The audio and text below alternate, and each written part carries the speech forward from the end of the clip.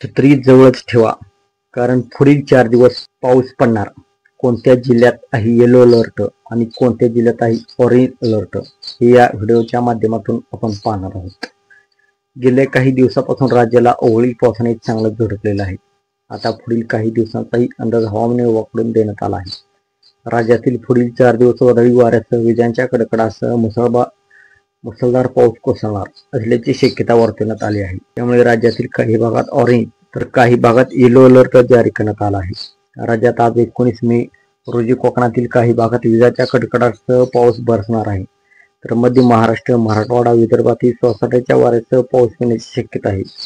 मुंबई, नवी मुंबई, पालघर, ठाणे, धुळे, नंदुरबार, जालना, परभणी, बीड, जळगाव, नाशिक, छत्रपती संभाजीनगर, अकोला, अमरावती, बुलढाणा, हिंगोली, लातूर, धाराशिव, चंद्रपूर, गडचिरोली, गोंदिया, भंडारा, नागपूर, वर्धा आणि वाशिम आणि यवतमाळ या जिल्ह्यात येलो अलर्ट जारी करण्यात आला आहे.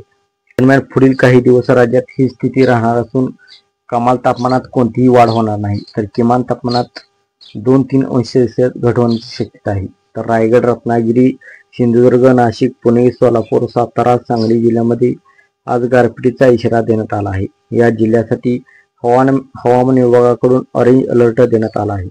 ते 60 किमी वेगाने वारे वाहतील. पावसामुळे नुकसान होण्याची शक्यता असल्याचे शेतकरी आणि नागरिकांनी काळजी घेण्याचे आवाहन हवामान खात्याने करण्यात आले आहे.